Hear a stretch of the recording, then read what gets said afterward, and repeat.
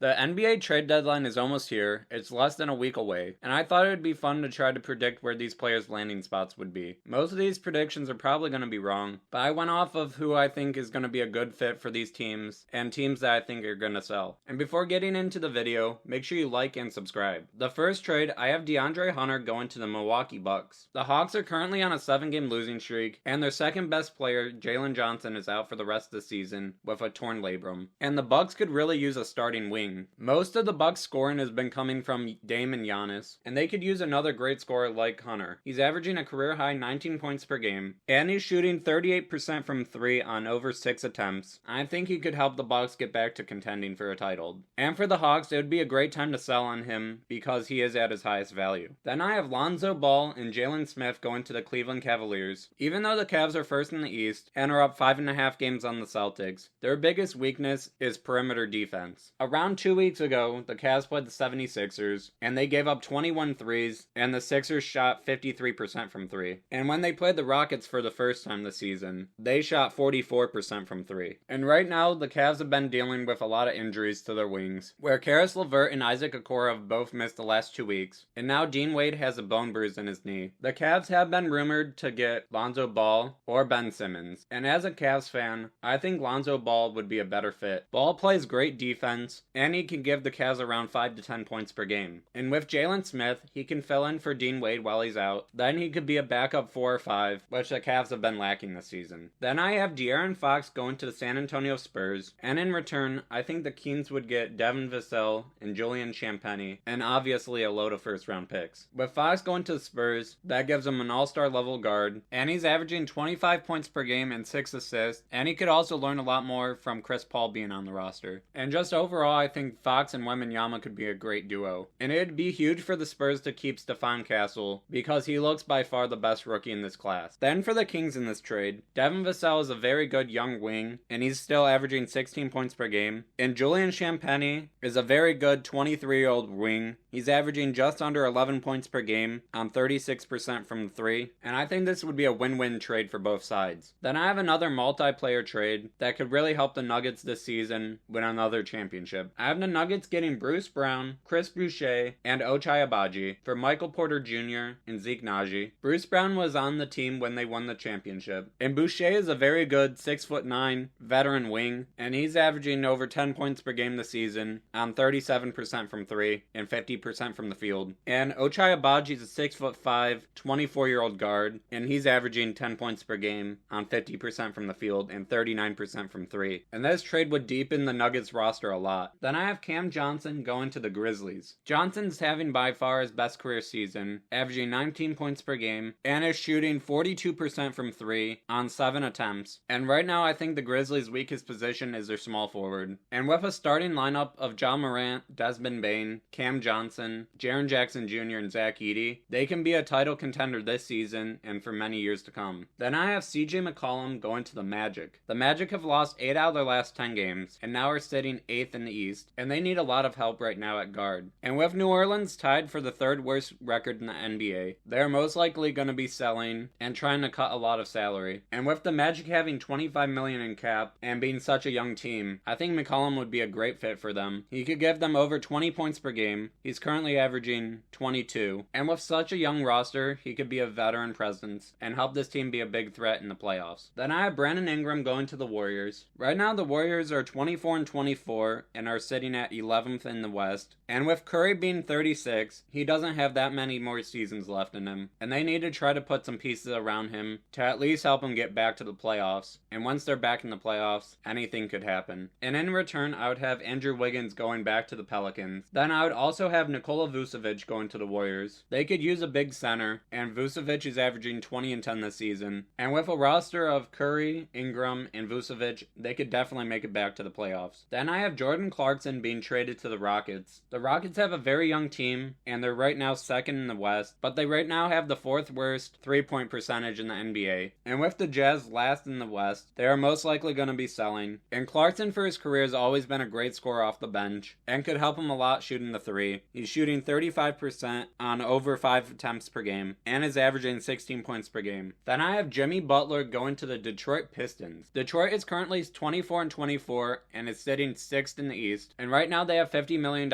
in cap space. And they have a lot of players that can go back in the deal, with Tobias Harris, Tim Hardaway, Ron Holland, and Malik Beasley. I don't think that would be the return, but those are some names I think could be traded in that deal. But with Cade Cunningham having a breakout season, averaging 25 points per game, 6 rebounds and 9 assists, and with Jaden Ivey being out for majority of the season, the Pistons could use another star player to be a duo with Cunningham. And if they did get Butler, I think they could move up to around the 4th seed. Then I have Zach LaVine going to the Hawks. LaVine has still got 3 years left on his deal, and with the Bulls most likely selling at the deadline, I think it would be great for the Hawks to get a piece that could be on the roster for a few years. They also have the contracts to trade for him, because Bogdanovich is making $17 million a year, Capella's making $22 million, Larry Nance is making $11 million, and they have a lot of other players with contracts like that. So they would be able to trade for his contract, and I think that would be a very good duo of Trae Young and Zach LaVine. And in the Hawks' last game, Zach Ricochet looked very good, having 30 points on 11 of 14 and shot 5 of 6 from 3. So that could be a very good roster for the next 2 seasons, with Trae Young, Zach LaVine, Zach Ricochet, and Jalen Johnson. Then I have Colin Sexton going to the Lakers. Again, the Jazz are probably going to be selling at the deadline, and with Sexton averaging over 18 points per game on 41.7% from 3, I think this would be a perfect time for them to sell him. And I think the Lakers could really use a scoring guard right now. The Lakers are right now 5th in the West at 27-19, and this would be a big upgrade at starting point guard from Max Christie, who's averaging just 8 points per game and 1 assist. And he's not on a huge contract, he's just making $18 million a year, and they would also have him for next season. Then finally, I have Kelly Oubre Jr. going back to the Suns. The Suns could really use another big wing and a good scorer. He's averaging 14 points per game, 6 rebounds, on 46% from the field. He is only shooting 28% from 3, and this would give him some more size with his 6'8" frame, another option to score, and he wouldn't cost that much to trade for, and he's only making $8 million a season. So thank you so much for watching. Let me know what trades you think are going to happen, and if you enjoyed this video, please leave a like and subscribe. Goodbye.